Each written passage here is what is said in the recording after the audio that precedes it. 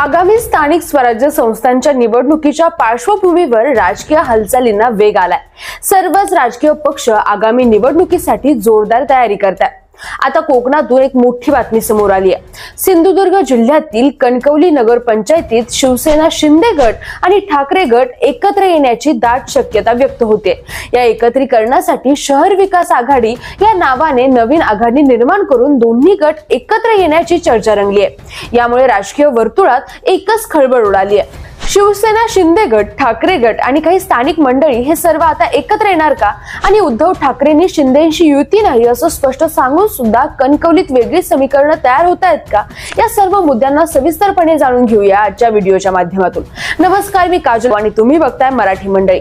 शिवसेनेच्या फुटीनंतर प्रथमच ठाकरे गट आणि शिंदे गट एकत्र येण्याची शक्यता व्यक्त होते। कणकवली शहरात याबाबत गुप्त बैठक झाल्याची माहिती समोर आली। या बैठकीत नगर पंचायतीच्या आगामी निवडणुकीच्या पार्श्वभूमीवर दोन्ही शिवसेना एकत्र येण्याची चर्चा झाल्याची माहिती समोर आली आहे। बैठकीत दोन्ही गटातील नेत्यांनी स्थानिक स्तरात मतभेद विसरून एकत्र येण्याची तयारी दाखवल्याचं सूत्रांकडून समजतंय। शिवसेनेच्या फुटीनंतर पहिल्यांदाच ठाकरे गट आणि शिंदे गट हे एकत्र येण्याची शक्यता आहे। शहर विकास आघाडीकडून दोन्ही गट एकत्र येण्याची शक्यता आहे। संदेश पारकर हे कणकवली नगर पंचायत मध्ये शहर विकास आघाडीचे नगराध्यक्ष पदाचे उमेदवार असतील। येत्या 2 दिवसात यावर निर्णय होण्याची शक्यता वर्तवली जाते। या नव्या आघाडीच्या चर्चेमुळे राजकीय वर्तुळात चर्चांना उधाण आलंय। याबाबत एकनाथ शिंदे यांच्या शिवसेनेचे माजी आमदार राजन तेली म्हणाले की कणकवली शहरातून एक प्रस्ताव आलाय की सगळ्यांनी मिळून या ठिकाणी लढावं आणि शहर विकास आघाडी करावी। मात्र अजून त्या प्रस्तावावर कुठलाही निर्णय झालेला नाही। वरिष्ठांपर्यंत तो प्रस्ताव पाठवण्यात आलाय। गावातील प्रमुख मंडळींचा अशा प्रकारचा प्रस्ताव आलाय, मात्र अजून त्यावर निर्णय झाला नाही। अंतिम निर्णय वरिष्ठच घेतील। भारतीय जनता पक्षाच्या लोकांनी स्वबळाचा नारा दिलाय।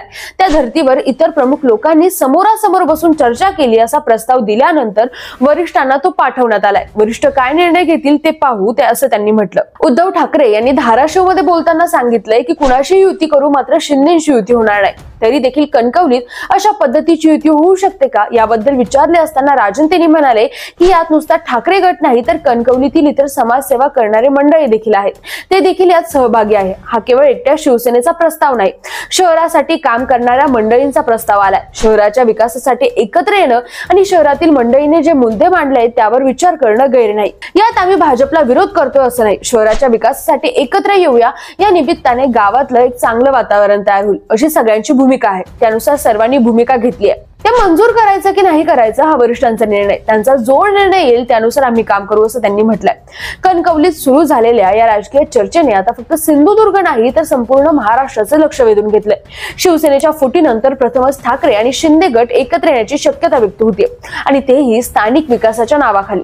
पण प्रश्न असा की हा प्रयत्न खरोखरच शहराच्या विकासासाठी आहे का की येणाऱ्या निवडणुकींसाठीची नवी राजकीय रणनीती आहे? उद्धव ठाकरे स्पष्ट सांगतात शिंदेशी युती होणार नाही, मग कणकवली शहर विकास आघाडीच्या नावाने दोन्ही गट एकत्र कसे आलेत?